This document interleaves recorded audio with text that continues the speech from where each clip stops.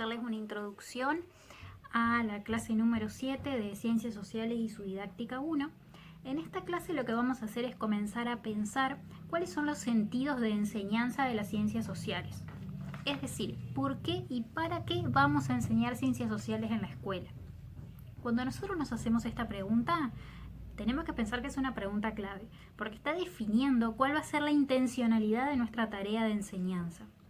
Definir esta intencionalidad, esta finalidad, incide en los contenidos que vamos a seleccionar, en el cómo vamos a enseñar, ¿sí? En los propósitos que vamos a definir. Entonces es una pregunta clave que nos va a permitir pensar y poder transformar nuestra práctica pedagógica. Ustedes piensen que la escuela está inserta en el mundo social y las demandas de la sociedad repercuten en la escuela, entonces la tarea del sentido del para qué enseñar es una cuestión central que tenemos que tener en cuenta. Cuando nosotros pensamos el para qué enseñar, tenemos que tener en cuenta que esto es una decisión político-pedagógica, ¿sí? No en el sentido de político partidario. Entendemos la política acá como la toma de decisiones. Cuando estoy planificando, cuando estoy pensando en enseñar ciencias sociales, estoy tomando decisiones, ¿sí? Entonces, eso es lo que vamos a tratar de pensar ahora, en esta clase. En esta clase vamos a trabajar con una bibliografía.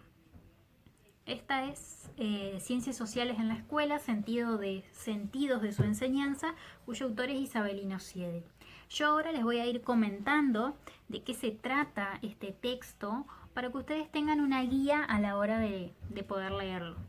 Bueno, Isabelino Siede empieza este texto preguntándose ¿por qué y para qué enseñamos ciencias sociales? ¿Para qué sirven las ciencias sociales, de alguna manera? ¿Qué espera la sociedad de una clase de ciencias sociales? ¿Qué pretende que los alumnos aprendan? Y él comienza haciendo un recorrido histórico. Empieza hablando de que a fines del siglo XIX, cuando se empieza a formar el Estado argentino, las finalidades de enseñanza de las ciencias sociales eran unas. ¿Cuáles eran? Tenemos que entender el contexto. En este marco de formación del Estado Nacional, en el cual tenemos que tener en cuenta la llegada de una importante masa inmigratoria de distintos países, con distintos orígenes, con distintas culturas, con distintas historias, lo que buscaba el Estado a través de la educación era homogeneizar, es decir, borrar esa diversidad y construir el ciudadano argentino. Generar una conciencia patriótica. Para eso había que construir una historia común a todos, ¿sí? Y había que exaltar lo nacional. Entonces, ¿cuál fue la herramienta para esto?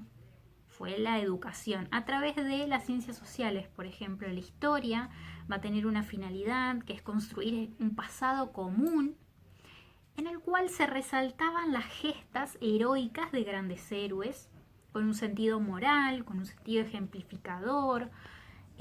Aparecían las efemérides, ¿sí? Como herramientas claves para construir este pasado, estos orígenes de la patria.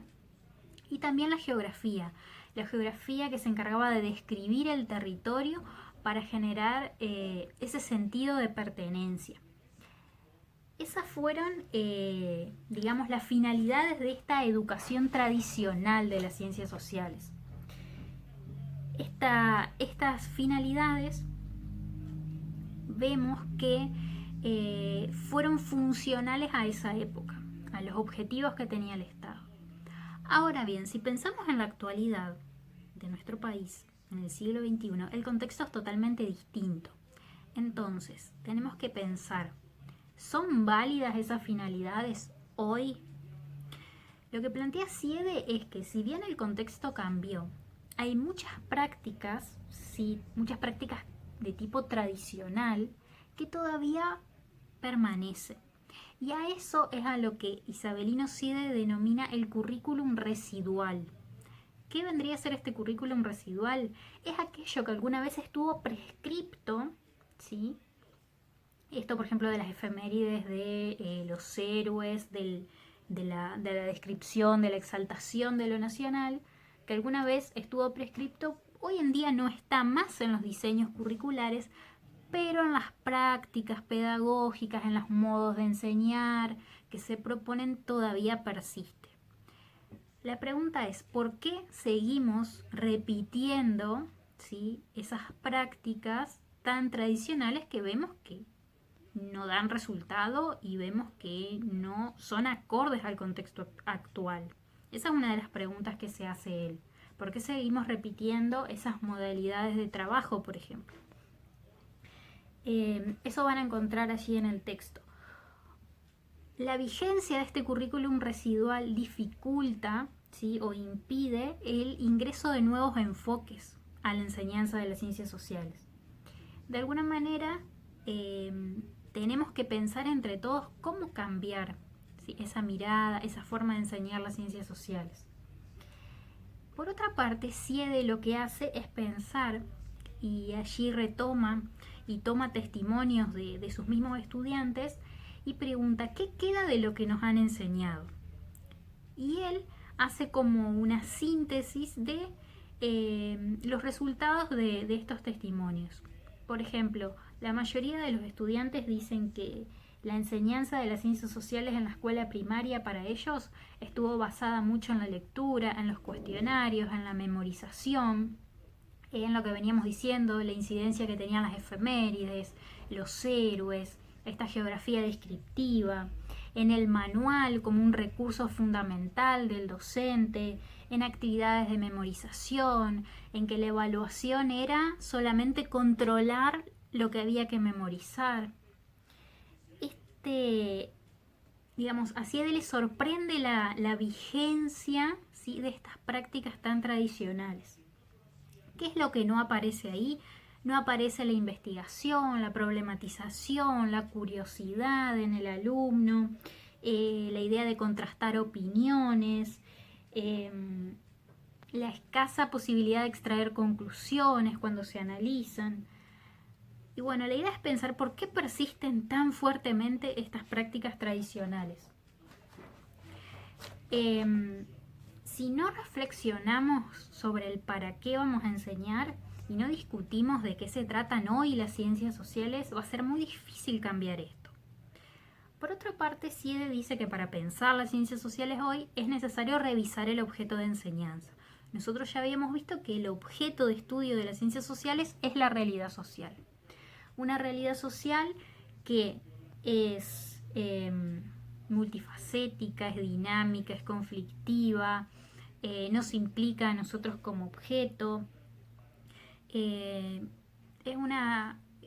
un objeto multifacético, un objeto que está atravesado por distintas disciplinas, por ejemplo la economía, la sociología, la historia, la geografía, la antropología y demás. Todas ellas nos permiten pensar la realidad social. Entonces, tenemos que pensar, esa forma de enseñanza que tuvimos tan tradicional nos ayudó a comprender esta realidad social, nos dio herramientas para entender el mundo, nos dio herramientas para poder tomar decisiones, para insertarnos en la comunidad o no. La mayoría puede que coincidamos que no nos dio esas herramientas, que fue una educación prácticamente memorística. Entonces Siede nos dice que nuestra finalidad hoy tiene que ser enseñar la realidad social para comprenderla y para poder formar parte de ella, ¿sí? Pero ¿qué es necesario para esto? Para poder comprender la realidad social, nosotros con nuestros estudiantes tenemos que tener en cuenta algo. Cuando ellos llegan al aula, nos llegan vacíos. Traen ideas, traen preconceptos, ¿sí? Traen un conocimiento de la realidad social. ¿Y ese conocimiento cómo lo construyeron? A partir de la socialización, a partir de la interacción, que se fue construyendo en su contexto cotidiano, se fue construyendo en su familia, se fue construyendo a través de esas socializaciones primarias, ¿sí? Ellos fueron a través de sus experiencias construyendo distintas ideas sobre la sociedad, sobre el mundo, sobre la familia, sobre la economía, sobre la política. Esas ideas previas que el chico trae al aula muchas veces están cargadas de lo que denominamos el sentido común, ¿sí? Están cargadas de prejuicios, muchas veces de estereotipos, de errores, ¿sí?